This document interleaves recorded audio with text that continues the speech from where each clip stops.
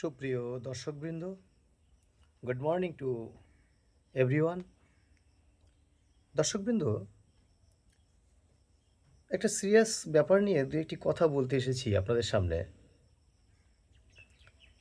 এই যে পশ্চিমবঙ্গে বর্তমানে ক্ষমতায় এসেছেন ভারতীয় জনতা পার্টি, তো আমি দুই একদিন ধরে কিছু ডিফারেন্ট কিছু আমি খেয়াল করছি। নিচু স্তরের যে কর্মীবৃন্দেরা আছেন তার মধ্যে কেউ কেউ তাদের যে বডি ল্যাঙ্গুয়েজ, তাদের যে কথাবার্তার যে রিপ্লাই, তার যেটা হওয়া উচিত, বিশেষ করে আমাদের মতো মানুষ যারা, হ্যাঁ, কোনো প্রত্যাশার জায়গা থেকে দাঁড়িয়ে কথাগুলি বলছি না। যেহেতু আমি একটা অন্য গ্রাউন্ডে বিলং করি, আপনারা ইতিমধ্যেই এতদিনে যেটুকু যে আমাকে চিনেছেন, বুঝেছেন, দেখেছেন। দেখুন, আমরা গভর্নমেন্ট চেঞ্জ করার পক্ষে কেন ছিলাম? তাদের যে মোটিভ, তাদের যে প্রক্রিয়া, তাদের যে অ্যাটিটিউড, তাদের যে সিস্টেম, টোটালটাই আমাদের অপছন্দ ছিল বলে আমরা কিন্তু তাদেরকে ছুঁড়ে ফেলে দিয়েছি। এবং এই ছুঁড়ে ফেলে দেওয়ার পিছনে কারা ছিল এটা কিন্তু বুঝতে হবে।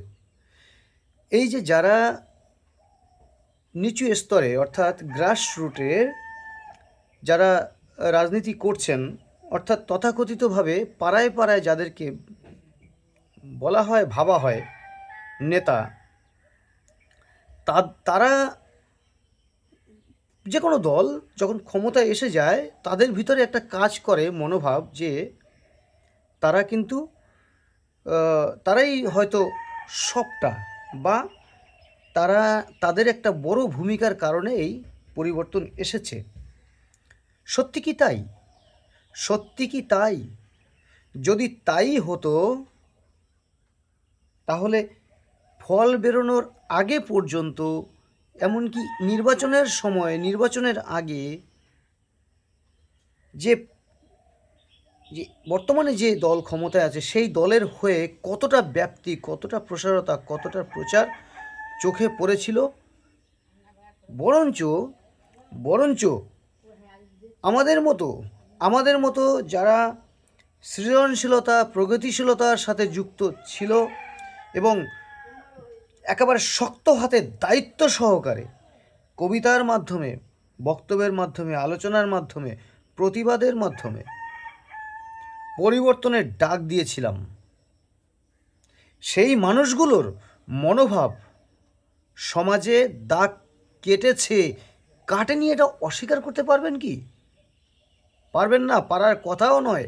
এবং দায়িত্ব সহকারে বলছি, আমাদের মতো মানুষদের ভূমিকা ছিল, আছে, থাকবে। তাই আমি এই নিচু স্তর বলে ছোট করছি না, যারা নিচু স্তরের তাদের প্রতি মানুষের যে ধ্যান ধারণা, ভাবনা জন্মাবে, তার ওপরেই কিন্তু যে কোনো রাজনৈতিক দলের স্থিরতা নির্ভর করবে। তাদের মন মানসিকতা যখন আপনাদের ওপর থেকে উঠে যাবে, তখনই কিন্তু দলের বা সংগঠনের ভাঙন শুরু হবে। এটা আমি ফার্স্ট টাইম প্রথম দিকেই বলে গেলাম, কারণ বিগত দিনের ইতিহাস কিন্তু তাই বলছে। হয়তো সঙ্গে সঙ্গে বোঝা যায় না। আজকের ক্ষমতায় বেশি দিন হয়নি, কিন্তু এখনও অবধি সম্পূর্ণভাবে গঠনও সমস্ত কিছু প্রক্রিয়া হয়ে মুভমেন্ট শুরু করা হয়নি। এখন শুধু আবর্জনা পরিষ্কার করার কাজ চলছে। এই পরিস্থিতিতে স্টার্টিং পয়েন্টেই ভারতীয় জনতা পার্টির নিচু স্তরে কিছু কিছু মানুষের মন মানসিকতা দেখে, এটা অন্তত আমাদের চোখে যদি ধরা পড়ে, সেটা সমাজের জন্য অত্যন্ত ক্ষতিকর। তাই আমি বলবো, বিশেষ করে শুভবুদ্ধি সম্পন্ন মানুষ, যারা সমাজের সমস্তটাই অত্যন্ত তীক্ষ্ণতার সাথে, বিচক্ষণতার সাথে নজর রাখেন, দেখেন, এবং সেটা সমাজ মাধ্যমে সমাজে তার প্রতিক্রিয়া ফেলেন, তাদেরকে অন্তত একটু রেসপেক্ট করুন, বা একটু আপনারা এরকমভাবে করলে এটা কিন্তু যে কোনো সংগঠনের পক্ষে ক্ষতিকর, যে কোনো সংগঠনের পক্ষে ক্ষতিকর। শুধু যে রাজনৈতিক মানুষদের কারণে যে পরিবর্তন এসেছে এমনটা কিন্তু নয়। লড়াইটা ছিল জনতা ভার্সেস মমতা। মমতা ব্যানার্জিকে জনতা চায়নি,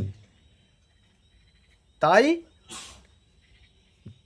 জনতা একত্রিত হয়ে বিকল্প একটি পথ নিয়েছে, এবং সেটা আমাদের মতো লক্ষ লক্ষ মানুষের জনবিপ্লব, তাদের যে নানান রকম দর্শনের প্রতিক্রিয়া, বক্তব্য, প্রতিবাদ, বিক্ষোভ, সমস্ত কিছু গোটাটা একটা চিত্র, দীর্ঘ 50 বছরের অপশাসনের চিত্র তুলে ধরার পরিপ্রেক্ষিতে এই পরিবর্তন এসেছে। শুধু যে এই আপনাদের মতো রাজনীতির পরিচয়ে দাঁড়িয়ে আপনারাই যে পরিবর্তন এনেছেন, এটা সম্পূর্ণ ভুল ধারণা। তাই বলবো, যারা রাজনীতির সাথে যুক্ত আছেন এবং মানুষকে রাজনীতির ছত্রছায়া থেকে মানুষকে সুযোগ সুবিধে দিচ্ছেন বা দেবেন, তারা এইসব বিষয়ে অত্যন্ত স্বতন্ত্র থাকবেন। হ্যাঁ, যারা সমাজের খারাপ মানুষ, যারা সমাজে দীর্ঘদিন ধরে দুষ্কৃতি চালিয়ে গেছে, মানুষের সাথে খারাপ ব্যবহার করেছে, গুন্ডাগর্দি করেছে, তাদের সাথে অবশ্যই সেরকম ধরনের ট্রিটমেন্ট করবেন। কিন্তু যারা সমাজের সৃজনশীল মানুষ, সমাজকে যারা এগিয়ে নিয়ে যেতে চায়, তারা কিন্তু এটা প্রত্যাশা করে না। এখান থেকেই কিন্তু ভাঙন শুরু হয়। Mind it. এটা খুব সেন্সিটিভ আলোচনা করে গেলাম আজকের। এগুলোকে গুরুত্ব দেবেন, তত কিন্তু আপনার দল, আপনার সংগঠন, আপনার পরিচয় আরও মজবুত হবে। ইতিহাস বলছে আরও মজবুত হবে। আজকে দেখুন, আমি ডিপলি যা ভেবেছি, যখন যে লড়াইয়ে নেমেছি, সেগুলো সব সাকসেস হয়েছে। আমি চাই সমস্ত শুভবুদ্ধি সম্পন্ন মানুষ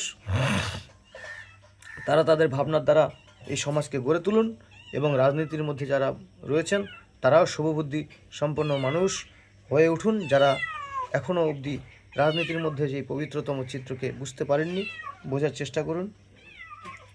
যাই হোক, আজ আর বক্তব্য দীর্ঘায়িত করব না, এটুকুই আমার বলতে আসা। দেখুন, আমাদের মতো মানুষেরা সবসময় যে কিছু পেতে, কিছু খেতে, কিছু নিতে আসে, এটা কিন্তু নয়।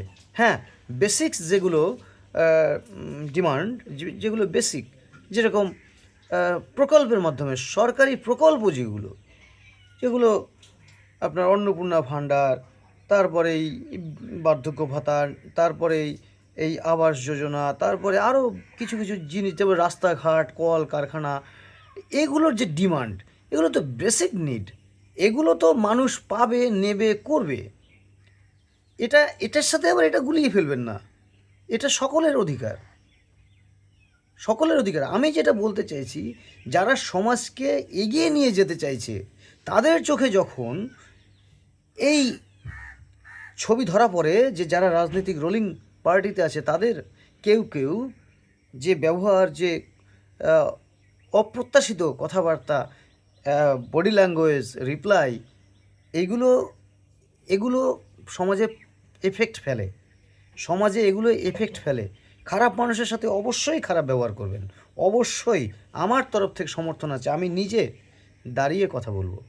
কিন্তু যারা সমাজের সৃজনশীল মানুষ এবং সমাজকে এগিয়ে নিয়ে যেতে চায়, অন্যায়ের বিরুদ্ধে প্রতিবাদ করে, সমস্ত ব্যাপারে সে নিজেকে নিয়োজিত রাখে সমাজের জন্য, তারা কিন্তু এইসব ধরনের ব্যবহার প্রত্যাশা করে না। ধন্যবাদ, খুব ভালো থাকবেন। আমি এতক্ষণ গড়িয়া নতুন দিয়ারা রবীন্দ্রনগর থেকে ছিলাম আপনাদের স্নেহের ও ভালোবাসার কবি ও সমাজকর্মী সুব্রত মিত্র। ধন্যবাদ।